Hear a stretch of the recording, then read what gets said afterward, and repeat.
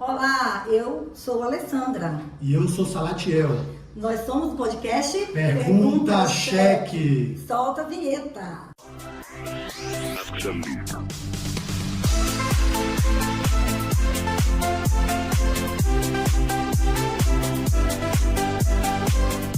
Hoje nós estamos aqui com um convidado, Salatiel, especial.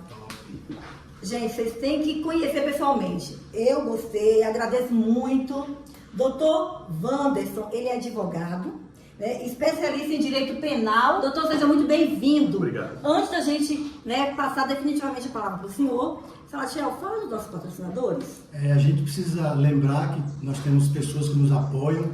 O Açaí do Biel, o Brabo de Nova Almeida, nos apoia no delivery, na loja. O pessoal de Praia Grande, Direção, Fundão e outro. Eu estive dando uma olhada hoje no cardápio, tem mais de 50 opções, não é só açaí teria, mas tem mais de 50 opções.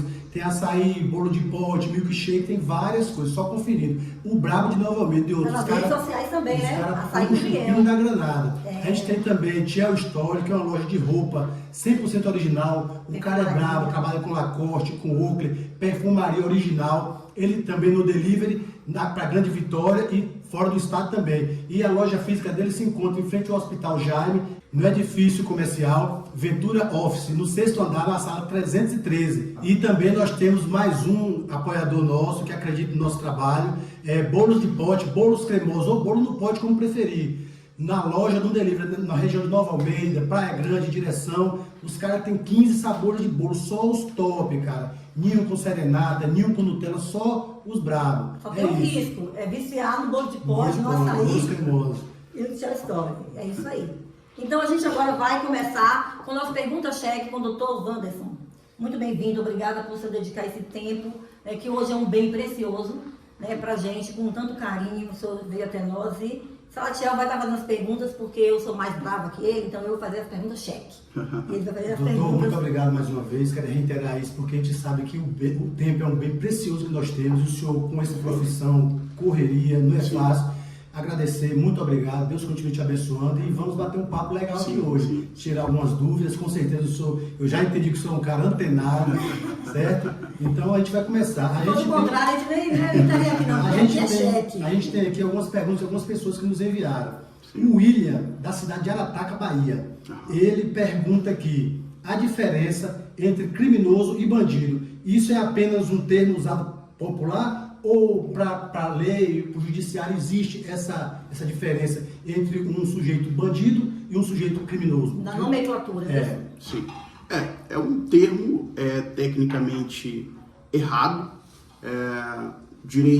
O direito ele destaca, né, ele conceitua que no processo existe o sujeito que é réu e antes do processo, que é na fase investigativa, que é o sujeito que é um indiciado. Então, bandido é um termo popular, né? Criminoso também é um termo popular. Então, nenhum dos dois termos, na verdade, é um termo legal, vamos dizer assim. Não é legal. Temos mais uma pergunta aqui. O senhor José Eduardo e dona Lourdes, de São José, a cidade de São José, Bahia, eles perguntam aqui, existe um prazo legal determinado para que um suspeito de ter cometido um crime que esteja detido possa ser ouvido pela justiça? Então, isso é uma grande problemática que nós temos hoje no processo penal brasileiro. A gente tem muita gente presa e muita gente presa além do tempo razoável. Não existe nenhum tempo específico na lei de 1 ano, 2 anos, mas a regra processual é que o sujeito ele responda em liberdade do processo para que no final, se for condenado, ele seja preso efetivamente. Só que a gente tem sujeitos que são presos provisoriamente e provisoriamente que demora aí 2, 3, 4 anos. Falha da lei, essa demora. Exatamente, não falha da lei, né? Porque a lei estabelece que o sujeito deve responder o processo em liberdade, porque o que vigora é a presunção de inocência. Doutor, mas e não ficar preso 2, 3 anos, que é o que acontece. A audiência de custódia se encaixaria nessa pergunta? Então, boa pergunta. A audiência de custódia, como ela funciona? Via de regra, o sujeito que é preso em flagrante delito, ele tem que ser apresentado à autoridade judicial em até 24 horas. para essa autoridade judicial dizer se a prisão foi legal e se ele tem condições de responder esse processo ou esse procedimento investigativo em liberdade. É para isso que serve a audiência de custódia, para que o sujeito seja apresentado até 24 horas à autoridade judicial. Temos mais uma pergunta aqui, doutor. Convidados estão O pessoal, o Roberto de Ribeirão Preto, São Paulo, pergunta aqui: suspeitos de terem cometido um crime têm direito à defensoria pública, ponto. Mas em todas as instâncias? Sim, a via de regra, o que é estabelecido pela nossa Constituição é que o sujeito que não tem condições, tem hipossuficiência financeira de pagar um advogado, de ter um advogado, ele pode sim, com certeza, acionar a Defensoria Pública e ter ali a sua defesa patrocinada pela Defensoria Pública, em todas as instâncias, seja no juiz de piso, seja no tribunal, seja nas cortes superiores. Ô doutor, assim, tem várias pessoas que estão assistindo a gente, com certeza tem algum ente querido que está detido, mas como acessar essa defensoria pública para outras instâncias, para o tribunal, para o STF, STJ, como que fazer, como acessar? Caminho, é automático, né? isso? Não é automático. O que acontece? Geralmente, o sujeito, quando ele está preso, o juiz ele remete o processo para a defensoria, se ele dizer que não tem condições de ter um advogado. Via de regra é assim que funciona. Quando o sujeito está solto, é necessário que ele vá até o núcleo da Defensoria Pública, que geralmente tem em todas as unidades da federação, e diga que ele não tem condições de estar pagando um advogado, que ele precisa da No caso, ele Defensoria estando Pública. preso, um familiar pode procurar para... Pode sim, o familiar pode sim procurar. Legal, só como representante da família. A família, a mãe, a esposa pode sim procurar a Defensoria Pública um advogado para poder patrocinar a defesa dele. patrocinar a defesa dele nas outras, tribunal. Exatamente. Beleza, doutor. Exatamente. A importância é isso aí, que tem pessoas que têm entes queridos. Então também falar sobre o auxílio reclusão, que eu não sei se é uma coisa que ainda existe, talvez alguma você falou de família, de repente alguma mãe que está ouvindo a gente e não tem, porque eu acho que o maior problema do direito é a falta de conhecimento. Sim. Que nós temos muitos direitos que nós não sabemos e por isso que a gente não tem acesso a ele por falta de conhecimento. Uhum. E a Bíblia fala, que a gente peca por falta de conhecimento. Uhum. Sim. Então eu creio que tem muitas mães que não sabem Sim. que tem esse direito aí. Existe mesmo auxílio reclusão Sim. para filhos, como é que funciona? Assim, diferente do que é geralmente dito, que auxílio reclusão é um direito automático do preso, o que acontece? O sujeito, ele tem que estar trabalhando, né, ele tem que ter contribuído para ele poder receber, no caso não é... Carteira assinada, vamos dizer assim. Exatamente, carteira assinada e contribuindo para a Previdência. Ok. E aí, o que acontece? Esse sujeito, ele tem que efetivamente ter contribuído, né? Existe um número de parcelas, por um período, e aí quem vai receber é o dependente do sujeito. De menor. O filho dele, né? Então, o tem que filho ser dele menor, vai né? receber. Pessoa de Depende, maior. pode ser mãe, esposa, filho. Se for de maior.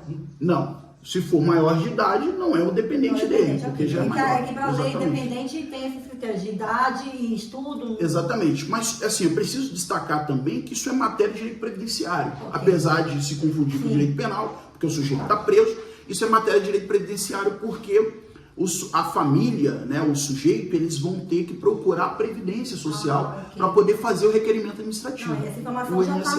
É porque geralmente a população, nós fazemos parte, o vagabundo ela vai receber benefício, só que esse cara, antes de receber, ele já pagou. contribuiu, Exatamente, contribuiu, ele certo? contribui. E vale destacar que esse valor, essas contribuições, né, que ele fez e agora ele tem direito, não é exclusivamente para ele. Na verdade, ele não pode trabalhar, ele está preso e agora esse valor vai ser distribuído para a família Porque às dele. vezes o cara comete delito ou vive de cometer delito, mas a esposa às vezes não comete delito, Não, mas o filho dele não comete eu entendo também, se é direito, a lei não vai usar o direito no crime que ele cometeu, então vamos usar o direito Direitos e também deveres. na É obrigação porque isso é uma coisa que não é previdência. bem aceita, porque na verdade falta o conhecimento. A Não gente é fala aceito muitas porque não coisas que ouve precisa. falar, a gente não defende causa nenhuma aqui. É. A gente defende o diálogo, que essa é a nossa intenção. E levar conhecimento O esclarecimento das coisas. Eu, por exemplo, tirei essa dúvida agora. Eu pensava assim também, falava, cara, mas esse cara, se ele não contribuiu, viveu só de cometer crimes e não contribuiu, ele não tem direito. Ele não a tem receber. direito. Aí, dano se que o cara não recebe. contribuiu, exatamente, se ele não contribuiu, os não entes pode. queridos dele, os dependentes, não vão ter direito de receber. Certo. O Josibaldo, de Aracruz, Santa Cruz, Aracruz, Espírito Santo, perguntou aqui.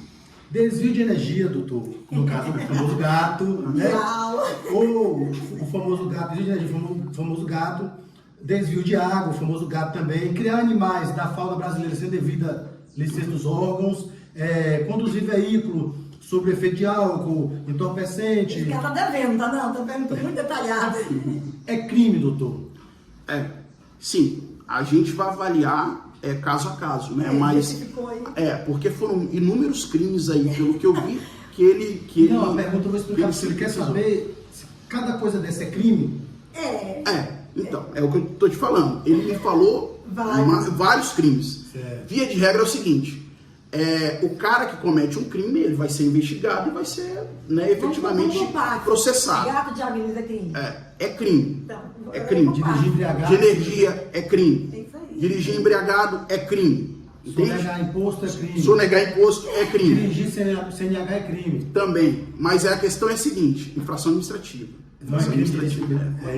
Infração administrativa. Eu quero entender isso aí. Ele quer saber o que é crime e o que é delito, infração. É infração administrativa. Entendi. Só que aí a questão é a seguinte, o sujeito que é pego dirigindo sem habilitação, ele vai ter, né, implicações administrativas no veículo, apreensão do veículo, pontuação na carteira.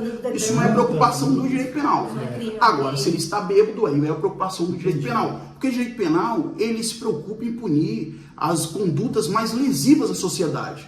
Então, o sujeito sem carteira não é uma conduta tão lesiva como o sujeito que bebe, pega o carro e pode matar uma família. Ok, isso é importante. Compreende? Muito importante. Mas então, é crime O gato de luz, gato de água? Eu tô achando que eu Não, na realidade não vai na cara desse rapaz, porque ele tá achando que... Furto de energia é crime, sim. crime, já não é crime. administrativo. Agora, doutor, crime. eu tenho uma O carro pode curiosidade. ser processado. A gente assim, não tem investigado. a minha posição, eu tenho muitas curiosidades, eu quero aprender, preciso entender. Então, quer dizer, muita gente pratica esse delito, esse crime de gato de luz, muita gente pratica o gato de água, muita gente cria animal silvestre sem a devida licença, que é crime também. Isso, crime também. Mas que sociedade é essa que cobra tanto crime que quase todo mundo está praticando algum tipo de crime, doutor?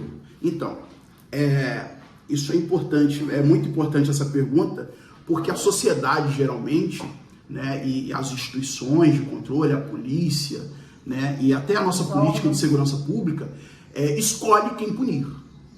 Isso é a verdade. Então, assim, eu vou escolher quem eu vou punir. Se eu vou punir o ladrão, se eu vou punir o traficante, ou se eu vou deixar de punir o sonegador. balança, né? Existe, efetivamente, uma seletividade, o que a gente chama de seletividade do sistema punitivo. Uma triagem, né? Então, exatamente. Então, eu vou escolher se o sujeito ele é pobre, se o sujeito ele é preto, né?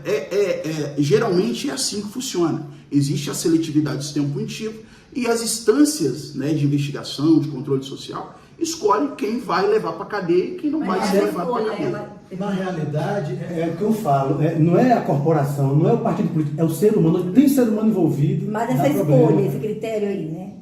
Ele é partidário, ele é cultural, como é que Depende do a sua momento. opinião, como é que é feita essa seleção?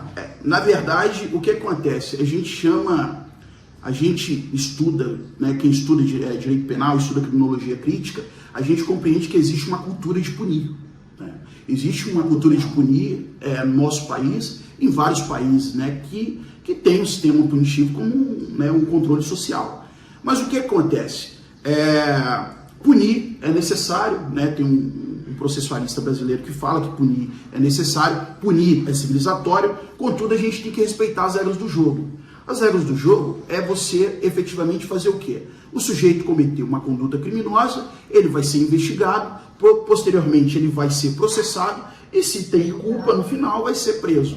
O que acontece? A gente tem uma cultura punitiva de que pune primeiro, verifica depois e no final... Exatamente. E no final você descobre que o sujeito é inocente. Né? É assim que funciona. Exatamente.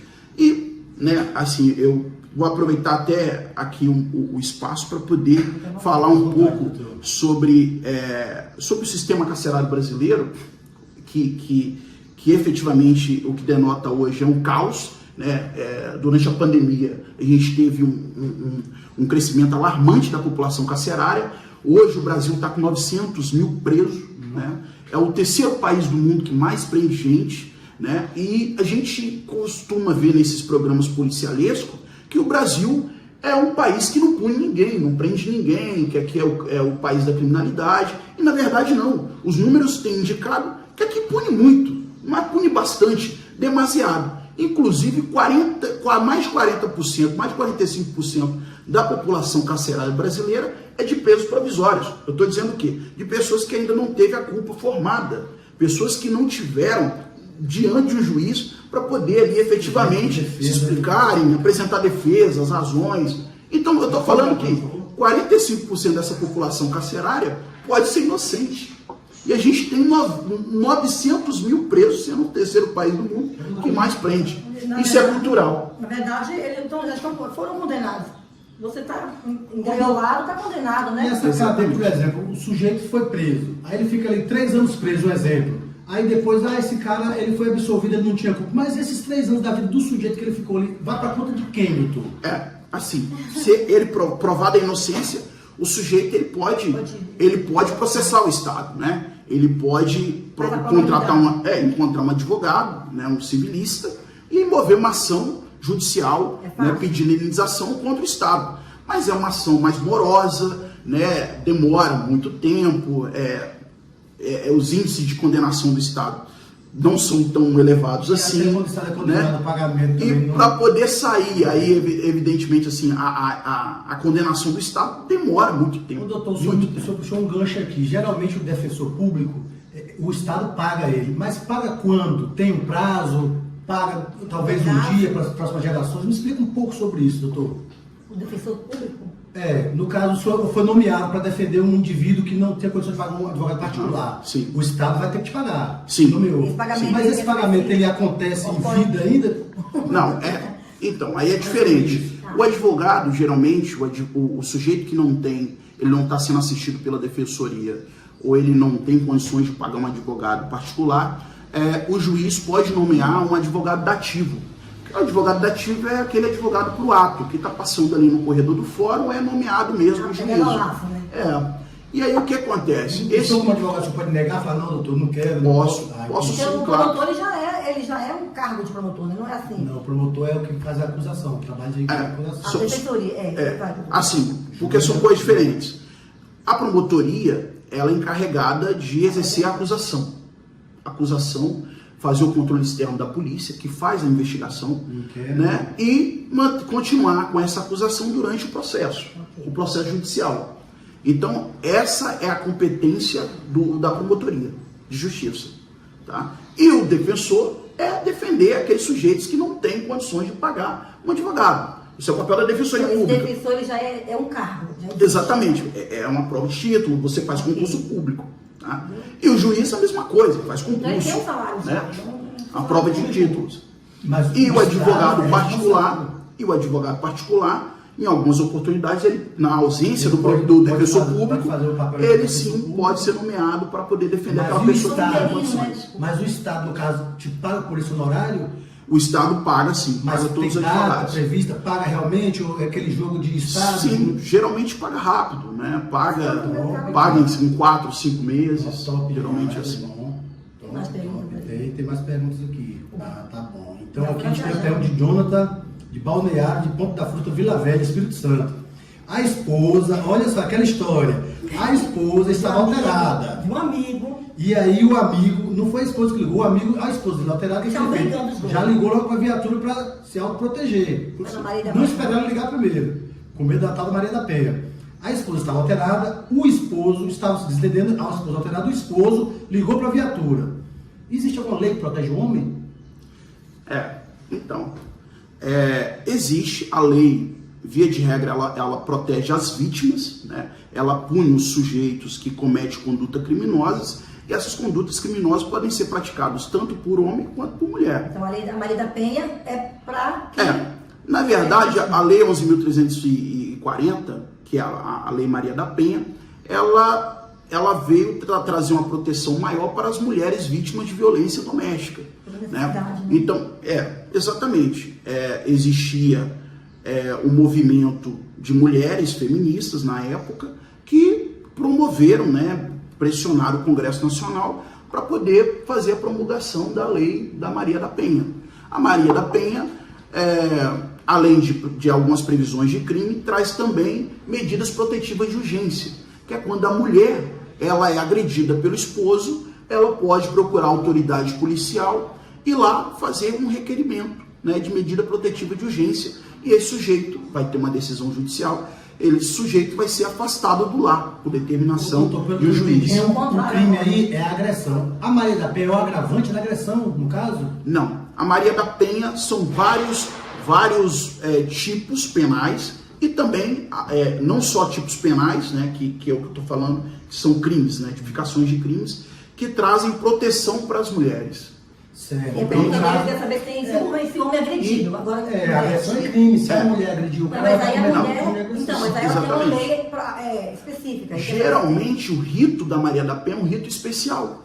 Né? Não é um rito como se fosse, por exemplo, um homem... É uma agressão comum, um homem praticando Então para ele não tem esse rito especial. Eu acho que a pergunta do convidado é isso aí, do convite. Não tem, tá aqui. O homem não vai ter esse rito especial. Não, o homem, se o homem sofreu uma agressão de uma mulher, não vai ter. Mas ele pode botar na delegacia. Mas aí, se for em razão de gênero, em razão do gênero da mulher, em razão de agressão familiar, efetivamente vai acontecer o quê? Vai ser aplicada a Maria da Penha.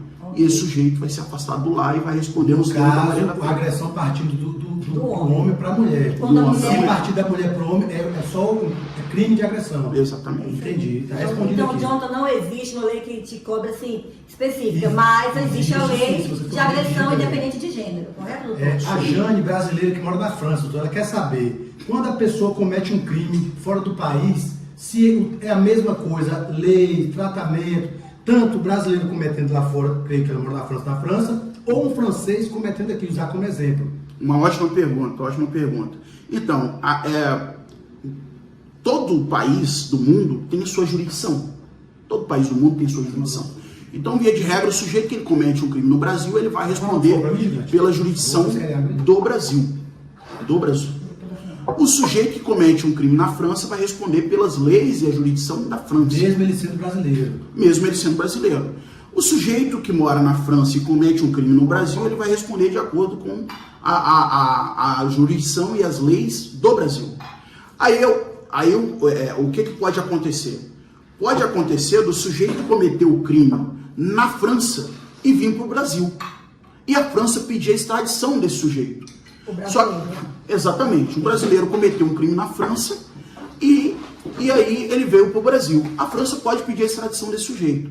Só que tem que ser observado, exatamente, tem que ser observado se esse sujeito é um brasileiro nato ou naturalizado. Por quê? Explica a diferença depois. Sim, claro. Porque se o sujeito ele for um brasileiro nato, ele vai ser, ele não pode ser extraditado. Se o sujeito for um brasileiro naturalizado, ele pode sim, em duas hipóteses, ele pode sim ser extraditado.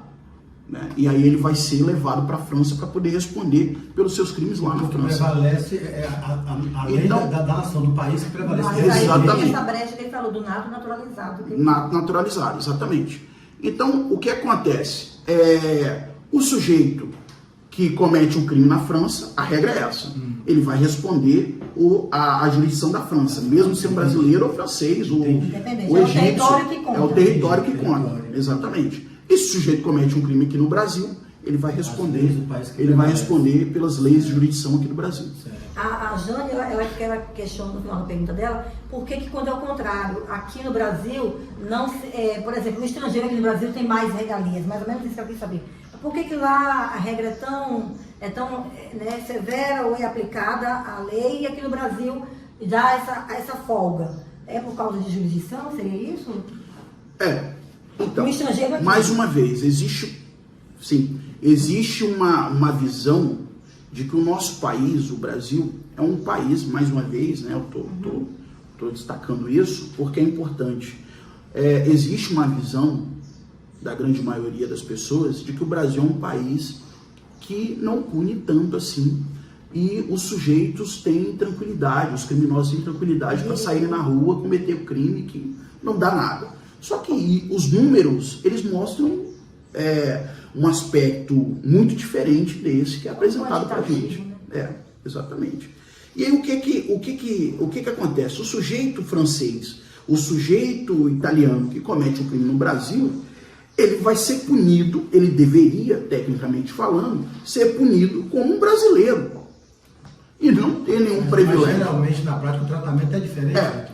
Acontece, sim. Porque a pergunta da nossa ouvinte parece que é algo muito pessoal, ou ela deve ter passado por algo assim. Sim, pode ser, Né? pode ser. Mas a regra geral, né, a regra da lei é que os sujeitos sejam tratados igualmente. Então, não existe diferença se o sujeito, tecnicamente falando, se o sujeito é preto ou se o sujeito é branco, se ele é estrangeiro ou se ele é brasileiro. Se ele cometeu uma conduta criminosa, ele deve responder nos termos e nas vias da lei. Só que, infelizmente, na prática, a gente vê que as instâncias penais dão um tratamento totalmente diferente para o sujeito que é branco, se o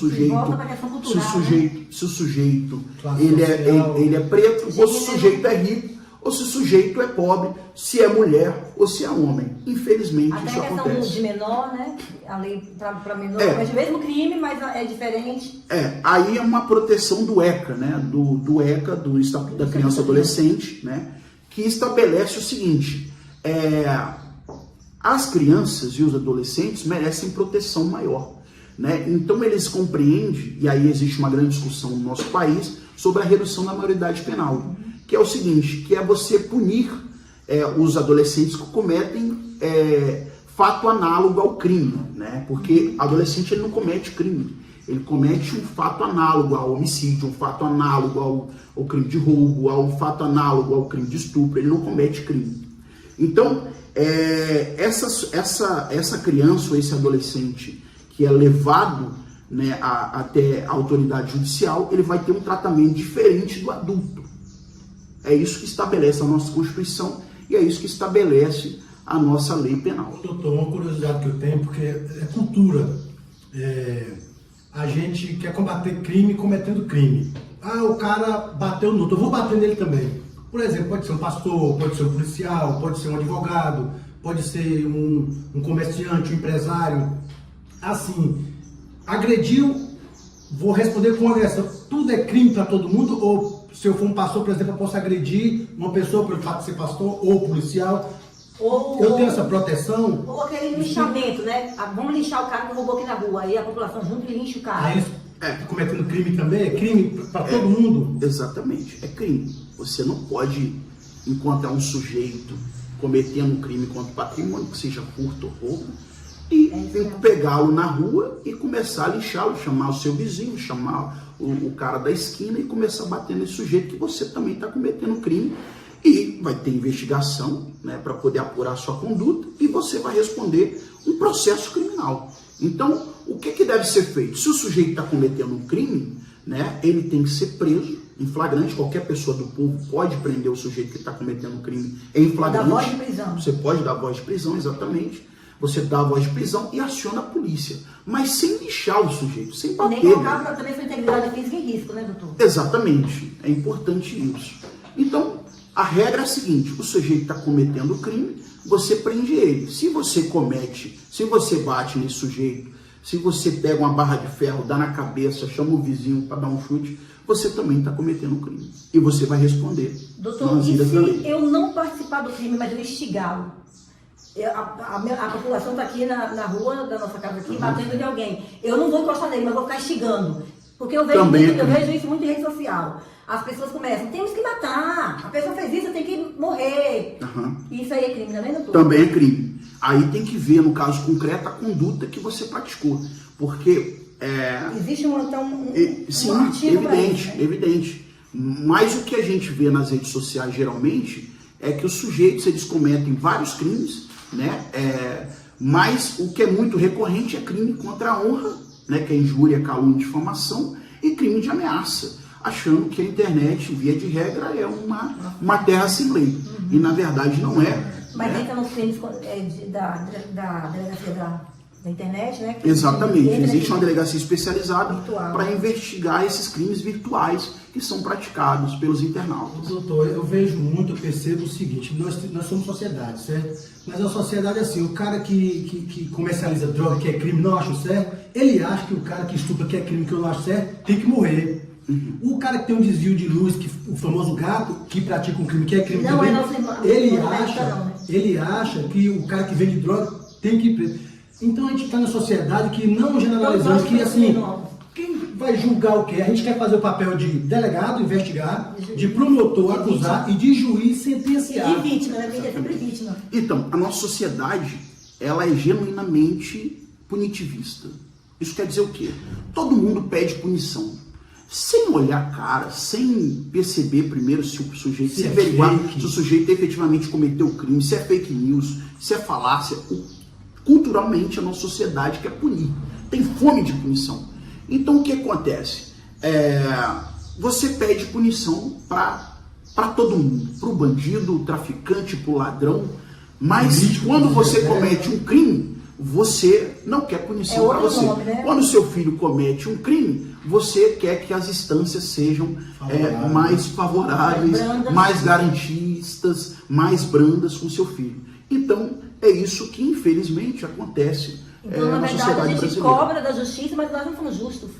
Existe linha de raciocínio. A gente quer punição para todo mundo, menos para nós. Existe linha de raciocínio, por exemplo, que é assim, o político, a visão que a gente tem do político, não são todos, não pode generalizar, que é um cara que desvia verba, não sei o quê. Só que eu sou um cara que às vezes eu Que tô vende meu embriagado, voto. eu sou um cara que às vezes eu tenho um gato de luz, gato de água, mas eu quero apontar pro cara. Então quer dizer, na realidade, o resumo é todo mundo erra, tem que cada um identificar o seu crime que está sendo cometido para tentar. Sabe por quê, doutor? O dia é tão curto que eu não consigo evitar de praticar meu crime, mas eu estou Mas se querendo olhar o que você você se preocupar com o seu, você não vai ter tempo de olhar dos outros. Mas é isso, eu tenho procurar lidado muito com melhorar. isso. Mas, cara, se eu começar a olhar para os meus defeitos, eu não vou ter tempo de ver dos outros, porque é tanta coisa para consertar. E ninguém quer dizer que a gente aqui é o puritano, Sim. mas a gente nunca tem essa mesma ideia aqui de que eu precisa preciso melhorar. começar em mim o que eu quero ver nos outros. Perfeito. Porque aí eu quero, né? Quer dizer, é mais ou menos assim, funciona muito isso no âmbito religioso. Eu falo isso porque eu sou uma pessoa,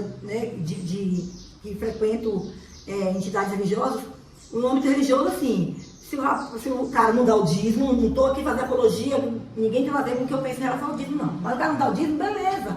Mas se o cara transar no casamento, é pecado. Dentro da própria igreja, há duas balanças. E a sociedade é assim, porque dentro da igreja são pessoas da sociedade, isso não muda. Sim. E aí há duas balanças. O político que roubou o Brasil aí, que roubou seja o que for, ele é bandido, tem que ser preso. Mas o cara que vendeu o voto, que foi lá e vendeu o voto pro cara, pro bandido, não tem que ser preso. Então, essa é a sociedade que eu participo, que eu vivo. Na realidade, só acho que nessa linha de raciocínio, doutor, se todo mundo entender e falar, não, esse gato de luz é crime, eu sou criminoso, estou praticando esse crime, eu tenho que melhorar, acho que seria melhor para um todo. Acho que Então, não ia ser Brasil. na Tem que dar um verdade, nome. eu quero até puxar aqui existe um lema no Brasil, né, ainda existe, né, existe um termo, uma fala assim, desumana, que bandido bom é bandido morto, né? E isso é muito problemático. Por que é problemático? Porque se bandido bom é bandido morto, eu acho que mais de 90% da população brasileira vai morrer. Porque todo dia, eu afirmo, assim, eu arrisco dizer que todo santo dia a gente comete crime. Obviamente que não é um crime que vai ser investigado, que a gente vai ser punido, porque a gente não enxerga, às vezes a gente nem enxerga isso como crime. Mas é crime, e se é crime, a gente é criminoso, e se a gente é criminoso, a gente tem que ser morto, nessa lógica de que bandido bom é bandido morto. Né? Então, o que existe na minha visão e na minha concepção de advogado criminalista? O sujeito que comete o crime, ele tem que ser investigado, ele tem que ser processado, e se tiver culpa, se o Estado provar a culpa dele, no final dá uma sentença e ele cumpre a pena. Porque existe todo o processo, mas nós, como sociedade, a gente quer fazer o trabalho do delegado, do inquérito, quer fazer o trabalho do promotor, e a gente quer fazer o trabalho do juiz de sentenciar. Mas e o papel do juiz, do promotor, do delegado? A gente anula o papel desse povo? Geralmente a gente quer fazer isso. Inclusive, as próprias autoridades cometem diariamente crimes, inúmeros crimes, inclusive o mais recorrente é o crime de abuso de autoridade. Então, assim, quem deveria nos punir, ou quem deveria agir de uma forma legal, proteger. Exatamente, comete crime o tempo todo. Por ser ser humano é sempre falha, a gente vai estar sempre... Então eu acho que dá certo assim, tentar errar menos, mas a gente sempre vai errar. Agora tem que errar menos, evitar algumas Reconhecer talvez coisas. seja o primeiro passo. Reconhecer, eu creio que é o primeiro passo, a gente começa a melhorar bastante. Nós temos que ir para a pergunta cheque, porque aqui, doutor, Cheque o convidado mate, não aqui ganha eu docinho de graça, não. Aqui a gente tem as perguntas cheque mate. É aquelas perguntas que não vai te constranger, não, mas você vai ter que nos responder, porque são curiosidades que às vezes as pessoas têm e não têm essa oportunidade, né? Sim. Que Deus está nos dando de trazer esse momento aqui para as pessoas perguntarem. Né? E agora uma pergunta checkmate minha, não está aqui no script, não. É porque. Segura, doutor. Solta o pino, né? Porque o pino consegue guerra, tira o pino. Já tem que soltar o pino agora, não solta, não tira não. Doutor, a pessoa vai cometer suicídio na terceira ponte. Isso agora é uma pergunta que, né, eu já ouvi, quero agora que você diga, né? Fato ou não? A pessoa vai cometer um suicídio. Aí ela me liga e fala assim pra mim, Alessandra, eu vou me matar, minha vida tá assim. Eu falo, vai mesmo, a vida... E a pessoa se mata. Eu entro como cúmplice disso? Existe um tipo penal específico na nossa com legislação, que é o induzimento ao suicídio. Cuidado, de gente. Vocês vão mandar mensagem no WhatsApp. Exatamente. Então, se você incentiva, instiga o sujeito a se matar, né, a tirar a própria vida, você vai ser enquadrado nesse tipo penal, que é você incentivar o sujeito a tirar a própria vida. Mas aí o que, é que a pessoa vai pensar? Mas ninguém vai saber, mas existe uma coisa chamada perícia de aparelho celular. Pode ser que você... Isso também existe fofoqueiro, existe tudo, não precisa não. Mas uma pergunta cheque. Doutor, todo processo tem um prazo, correto? Assim, aí via não de é nem regra... pergunta cheque não, fica à vontade. Via de regra, o processo ele tem que ser célere. Ele tem que ser célere porque os envolvidos, as vítimas, o acusado, merecem uma resposta em um tempo razoável. Só que, na prática, isso não acontece. Isso não acontece. Aqui no Brasil. Aqui no Brasil, os procedimentos excedem sempre. Ou super excedem. Super excedem, exatamente. Fica ligado aí, o povo que faz a lei. Outra pergunta, checkmate. Qual a maior dificuldade para os advogados brasileiros, né, a classe que o doutor está aqui hoje representando, que diz quando a gente fala do judiciário? Qual é a dificuldade que os advogados brasileiros hoje encontram em relação ao judiciário? A maior dificuldade do advogado criminalista, na minha visão, é ter que lidar diariamente com violações, né, violações sistêmicas das suas prerrogativas. O advogado, para poder trabalhar de uma forma efetiva, ele precisa ter as suas prerrogativas respeitadas. Ele precisa que as autoridades respeitem as suas prerrogativas para que ele consiga exercer a defesa do acusado de uma forma plena. Só que a regra no Brasil, infelizmente, é uma violação sistêmica das violações, né, das prerrogativas do advogado. Não só do advogado, do réu também. Mas o advogado que vai defender o réu não tem as suas prerrogativas respeitadas, eu acho que não teremos aí um processo justo. A dificuldade nós tínhamos até falar sobre isso, né, que é a questão do abuso de autoridade, isso aí, né, que Sim. burla, né, o sistema. Outra pergunta, checkmate.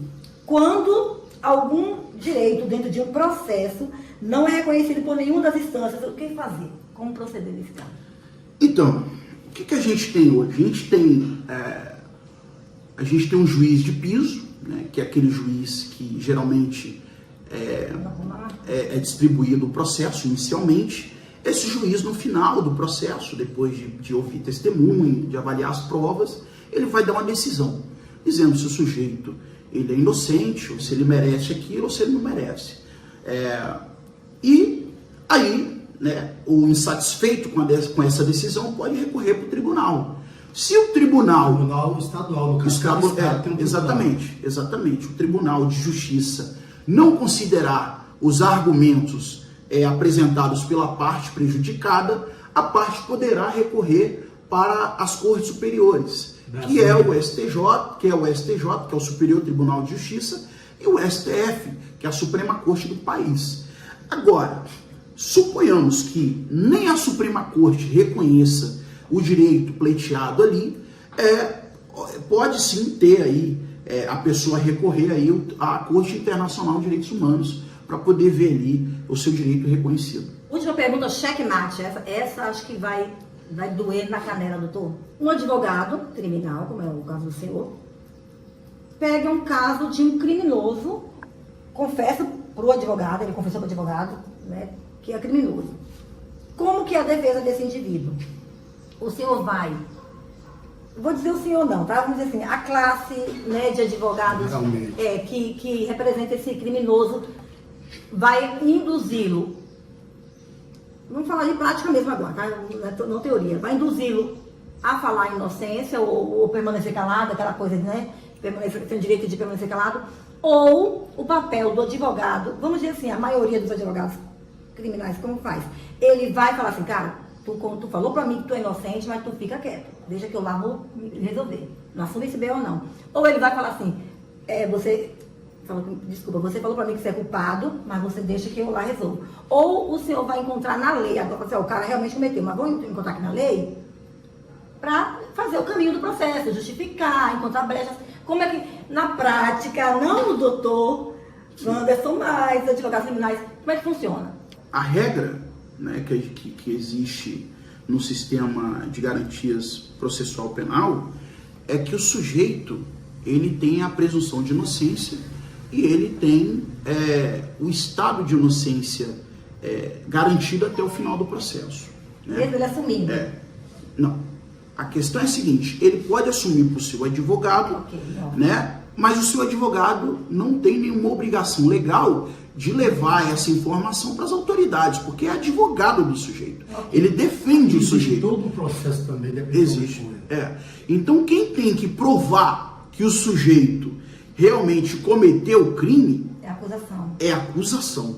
O Estado, com seu aparato investigativo, com suas polícias, com o Ministério Público, que tem que provar que o sujeito cometeu o crime.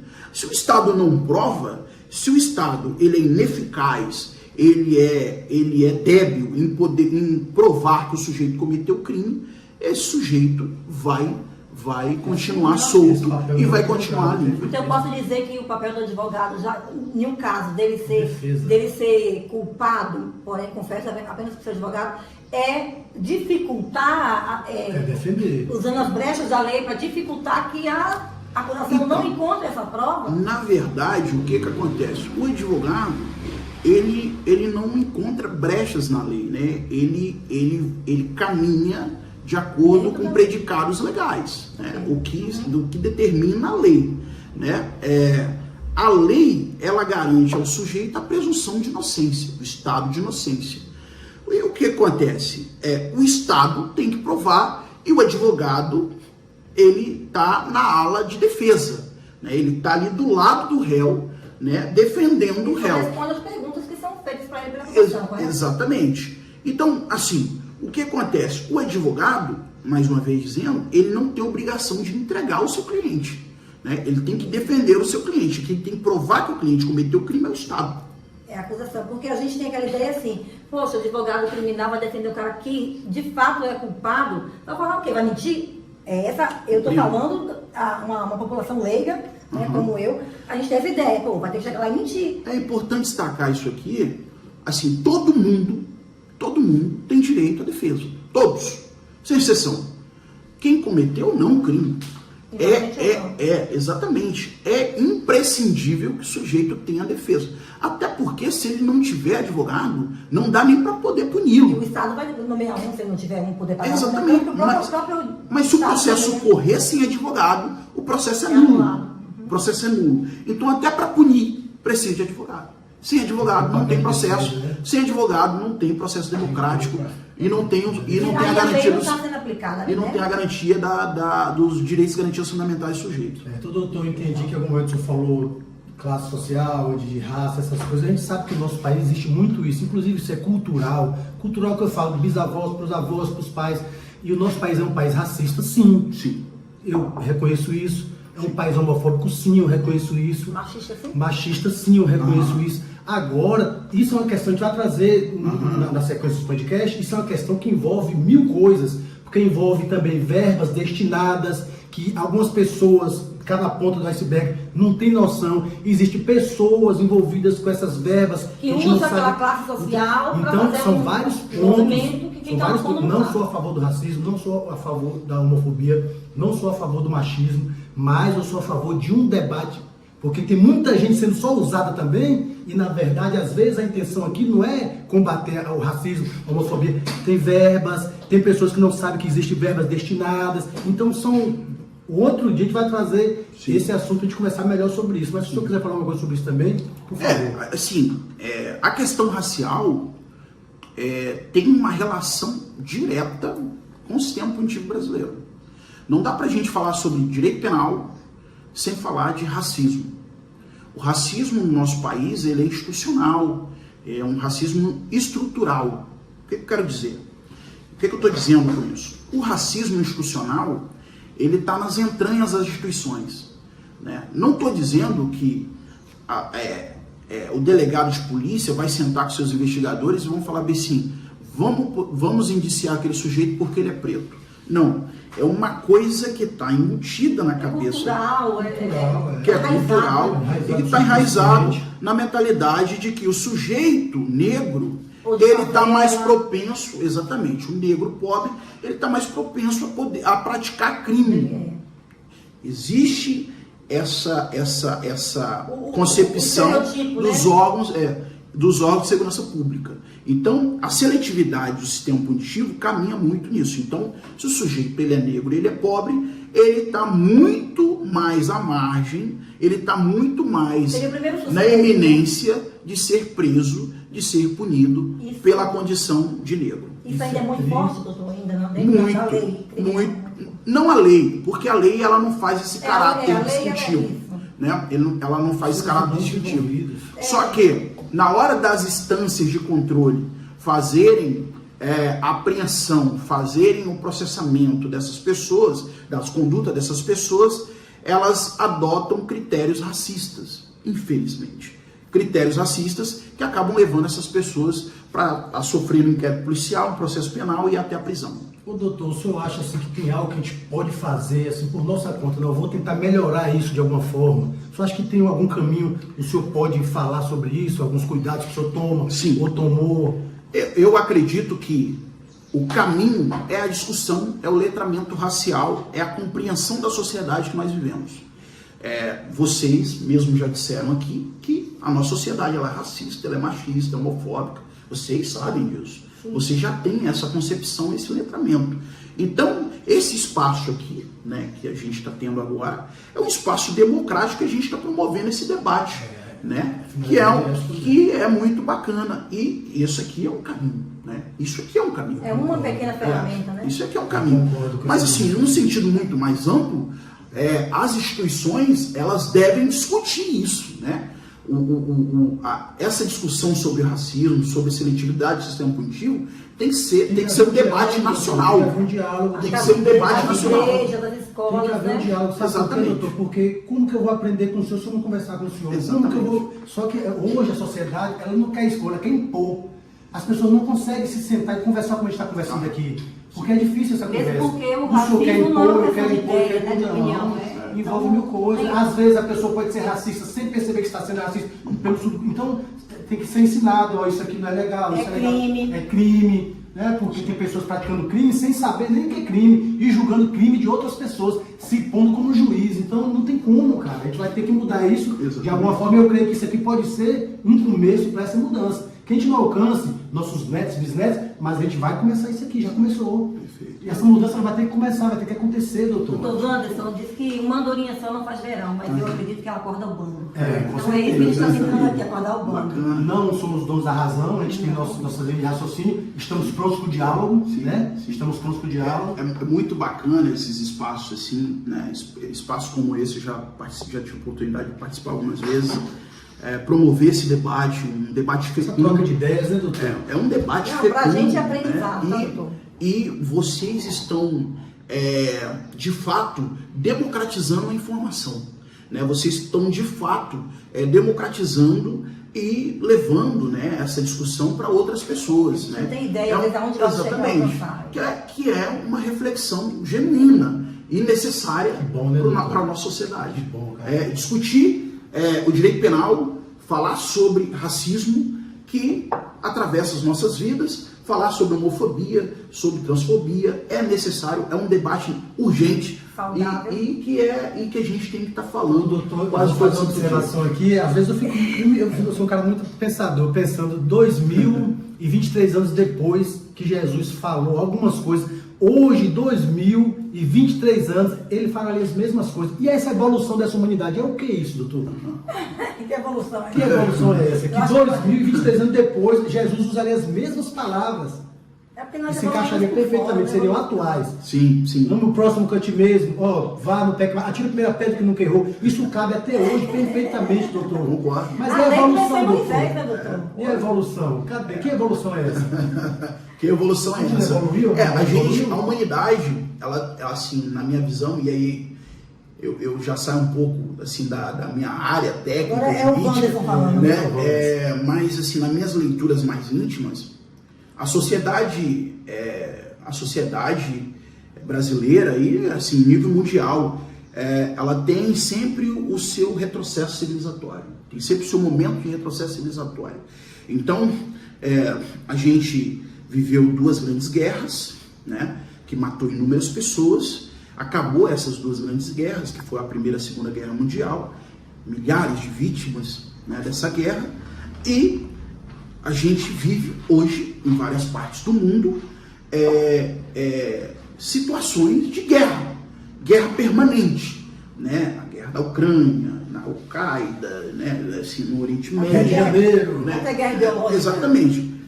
E é uma questão, né, de segurança pública, que é a guerra que a gente tem das forças de segurança pública contra o tráfico de drogas. Mas é uma discussão muito mais fecunda que a gente tem que fazer quando a gente vai falar sobre segurança pública, sobre como a segurança pública brasileira enfrenta a questão da droga, da criminalização das drogas. A gente também sabemos lado de cá, né? Porque Exatamente. Na realidade também tem várias questões, porque não é só a segurança pública, aí a política já entra pelo meio que a política rege. Mas a gente então acaba falando várias sempre questões. que a polícia não faz porque nada, o governo faz nada. a nossa visão ela é muito limitada. Por isso existe esse espaço todo existe aqui. esse espaço simplesmente está. Exatamente. Assim, é um assunto muito importante de ser debatido, é amplo, só que assim, o que é preciso dizer é que a gente tem uma cultura, né, de criminalização às drogas que precisa ser debatida, precisa ser enfrentada, porque a criminalização das drogas, do jeito que está, aprisionando e matando pessoas todo santo dia, já não dá mais. É necessário um debate nacional sobre a situação da criminalização das drogas no nosso país. Porque o país, na verdade, a guerra às drogas é uma guerra contra pessoas. Porque só gente morre. Talvez quando chegar na nossa família, a gente vai deixar entender. claro que não que a gente apoie, que ache certo o tráfico de drogas, essas coisas. Tem que estar sempre, né? Não é isso. Não é isso. Não é apoiar a conduta criminosa. Não é isso. A gente está dizendo que a sociedade brasileira perde do jeito que está a política nacional, o enfrentamento às drogas, perde muito. O agente de segurança é baleado, crianças são baleadas, pessoas inocentes são presas por causa da criminalização das drogas. Então é preciso debater um debate sério e a nível nacional sobre a condição que nos encontramos. Tratamentos envolve o usuário de droga, são várias etapas. Aí hoje, por exemplo, você chega num presídio, o senhor que é advogado, o senhor sabe disso, aí tem lá um cara que é dono de um morro, de um tráfico não sei aonde. Aí tem lá aquele cara que é viciado, mora em situação de rua, tá lá junto com o cara, quer dizer, não tem aquela, meu filho, você é um dependente de você, por favor, você vai ficar aqui. Não, o presídio hoje no país se tornou uma escola. A gente não pode dar o mesmo tratamento penal para o sujeito que comete um crime de tráfico, né? E aí não tem condições de a gente fazer isso. Dar o mesmo tratamento para esse sujeito do tráfico para o sujeito que é usuário. Ou o sujeito que foi pego com arma e com a quantidade absurda de droga para um sujeito que foi pego com uma dólar de maconha. Por que eu estou falando isso? Por quê? Para o cara que cometeu o crime do artigo 28, que é usuário, que é notoriamente usuário, tem um tratamento Igual. Tem um tratamento despenalizador, né? Esse sujeito ele não vai sofrer nas mesmas iras do artigo 33, que é uma pena muito mais alta e que vai ter um processo judicial, enfim. Agora, do artigo 28, o sujeito vai ser submetido a uma audiência e vai ser liberado, né? Esse sujeito ele não vai ficar preso, vai gerar um termo circunstanciado. Agora, a gente pega um sujeito que foi pego em pequena quantidade de droga e coloca com um sujeito que é chefe de organização, um sujeito que é traficante há 10 anos, 20 anos, e aí o sistema carcerário acaba virando o quê? Acaba virando uma escola de criminosos. E aí, por isso que a gente vê que as organizações criminosas têm crescido. Por quê? Todo dia é um novo soldado. Todo dia é um novo soldado. Porque o cara chega ali e ele é cooptado, exatamente, ele é cooptado pela essa organização. E aí, cada vez mais tem exército. Dr. Wanderson Leocádio Américo, a gente agradece muito a sua participação aqui no nosso podcast, né, com todo esse carinho que o senhor veio, com todo esse ânimo. E aí você pode fazer as considerações finais, né? Fique à vontade agora, esse espaço aí, essa câmera. Quero agradecer também, doutor, muito obrigado, para nós foi de grande valia, eu absorvi bastante, aprendi bastante coisas, certo? Muito obrigado mesmo, eu sei que não é fácil, a sua profissão corrida, tempo curto, mas o senhor humildemente atendeu esse pedido. Muito obrigado mesmo, que Deus continue te abençoando, meu irmão. E boa sorte, porque a sua batalha é pesada. Fique à vontade. Fique à vontade, doutor. Primeiramente, eu quero agradecer, quero agradecer vocês pelo convite. Né? Eu gostei muito de ter vindo no podcast de vocês. Aqui eu me senti realmente abraçado. O que vocês têm feito é efetivamente uma coisa muito positiva, assim, em um nível social, né? Promover esses debates de uma forma tão frequente é uma coisa, é realmente um marco, né? Aqui, especialmente no nosso município, né?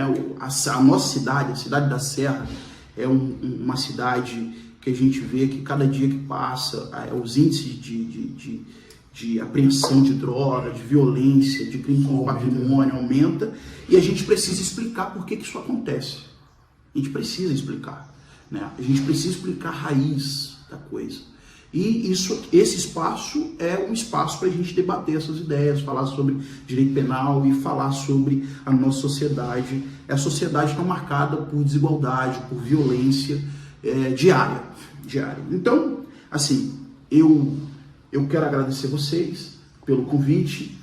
Quero dizer que eu estarei sempre à disposição para poder vir. Com certeza absoluta. Esse é o problema quando o convidado fala isso, né? Esse é o seu contrato com a gente. Vai dar sorte, vai fazer carteirinha. E eu quero voltar para tomar mais café. Por favor, fique à vontade. E esse, gente, foi mais um podcast, assim, foi um papo muito legal, né? Muito bom mesmo. A gente só tem a agradecer, né? Agradecer a vocês que têm dado esse apoio aí de fora, a quem está aqui, o convidado.